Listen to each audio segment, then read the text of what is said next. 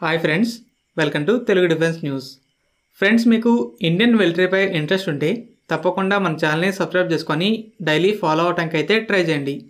ఇక ఫస్ట్ అప్డేట్లోకి వెళ్తే, డిఫెన్స్ మినిస్ట్రీ ఇండియన్ నేవీ వార్షిప్స్లో ఇన్స్టాల్ చేయడానికి భారత్ ఎలక్ట్రానిక్స్ లిమిటెడ్తో 11 శక్తి ఎలక్ట్రానిక్ వార్ఫేర్ సిస్టమ్స్ డీల్ని సైన్ చేసింది. ఈ డీల్ వాల్యూ 2269 crores. ఈ సిస్టమ్ని డిఆర్డిఓనే డెవలప్ చేసింది. Enemy warships, fighter jets, antiship missile radars నుండి వచ్చే ఎమిషన్స్ని డిటెక్ట్ చేసి క్లాసిఫై చేస్తుంది.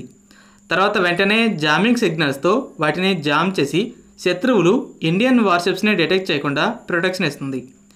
ఇండియన్ నేవీ న్యూ జనరేషన్ వార్షిప్స్లో ఉండే బరాక్ 8 అనేది one of the best cruise missile defence అని తెలిసిందే.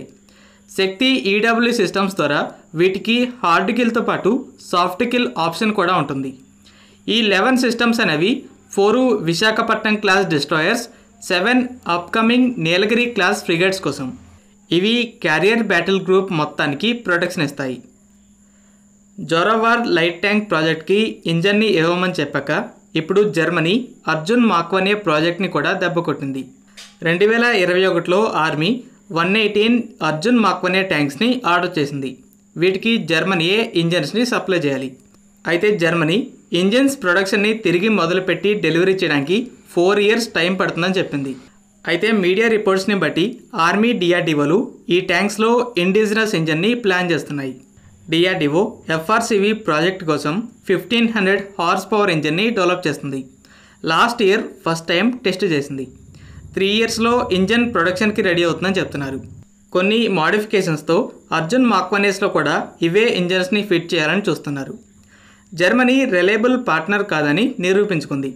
దీన్ని బట్టి P-75Iలో జర్మన్ సబ్మెరైన్స్ని ఎంచుకోవడానికి ఛాన్సెస్ అనేవి తగ్గిపోయాయి.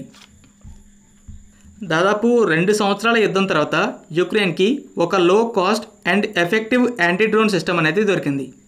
కొన్ని వారాల క్రితం అమెరికా వ్యాంపైర్ ఎయిర్ డిఫెన్స్ సిస్టమ్స్ని యుక్రెయిన్కి డెలివరీ చేసింది.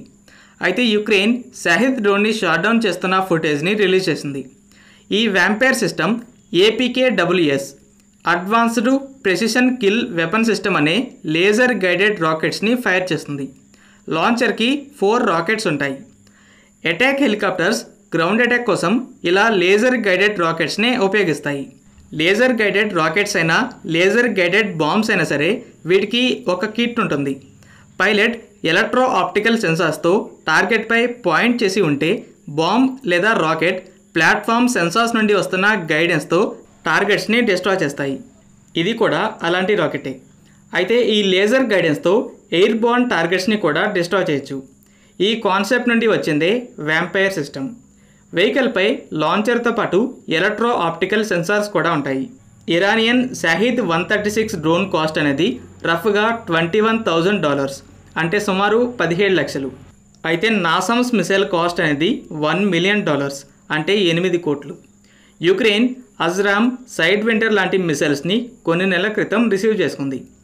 అజ్రామ్ యూనిట్ కాస్ట్ అనేది రఫ్గా $200,000. అయితే ఇప్పుడు APKWS రాకెట్ యూనిట్ కాస్ట్ అనేది $22,000 మాత్రమే. అటు ఇటుగా డ్రోన్ కాస్ట్తో సమానం.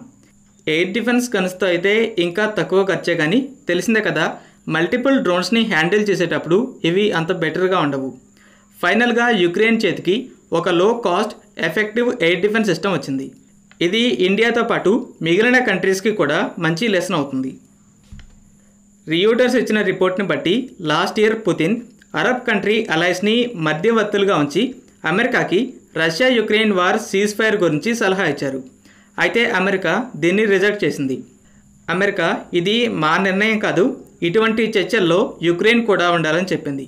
ఇక్కడ పుతిన్ ప్రపోజల్ ఏంటంటే, ఇప్పటి వరకు రష్యా ఆక్రమించుకున్న భూభాగం నుండి రష్యన్ ఫోర్సెస్ వెనక్కి వెళ్ళరు. ఆ ప్రాంతాలు రష్యా కిందే ఉంటాయి. ఈ ప్రజెంట్ ఉన్న ఫ్రంట్ లైన్ దగ్గరే సీజ్ ఫైర్ జరగాలి. సీజ్ ఫైర్ అంటే టెంపరీగా యుద్ధాన్ని ఆపేయటం, కానీ ఫ్యూచర్లో మరలా క్లాష్ జరగదని గ్యారంటీ ఉండదు. అయితే యుక్రెయిన్ ల్యాండ్ని పోగొట్టుకోవడానికి సిద్ధంగా లేదు. యుక్రెయిన్ నేటోలో జాయిన్ అవడానికి నేటో పెట్టిన కండిషన్ ఏంటంటే, యుక్రెయిన్ ఈ యుద్ధంలో గెలిచే తీరాలి. NATO chief Stoltenberg Ukraine win అయ్యాకే నేటో మెంబర్షిప్ గురించి ఏమైనా డిస్కషన్స్ ఉంటాయని చెప్పారు. కాబట్టి యుక్రెయిన్ నేటోలో జాయిన్ అవ్వాలంటే పోగొట్టుకున్న భూభాగం మొత్తాన్ని తిరిగి దక్కించుకొని విన్ అవ్వాలి. ఈ రష్యన్ సీజ్ ఫైర్ ప్రపోజల్తో యుద్ధం ఆగుతుందేమో కానీ రష్యాకి యుక్రెయిన్ ల్యాండ్ వస్తుంది, ఇంకోటి నేటోలో జాయిన్ అవ్వకుండా స్టాప్ చేస్తుంది. కాబట్టి ఇక్కడ సీజ్ ఫైర్ అంటే రష్యాకి గెలుపుతో సమానం. ఫ్రెండ్స్, ఈ వీడియో మీకు నచ్చినట్టయితే లైక్ చేయండి. అలాగే మరిన్ని ఇంపార్టెంట్ డిఫెన్స్ అప్డేట్స్ కోసం మన ఛానల్ని సబ్స్క్రైబ్ చేసుకోండి.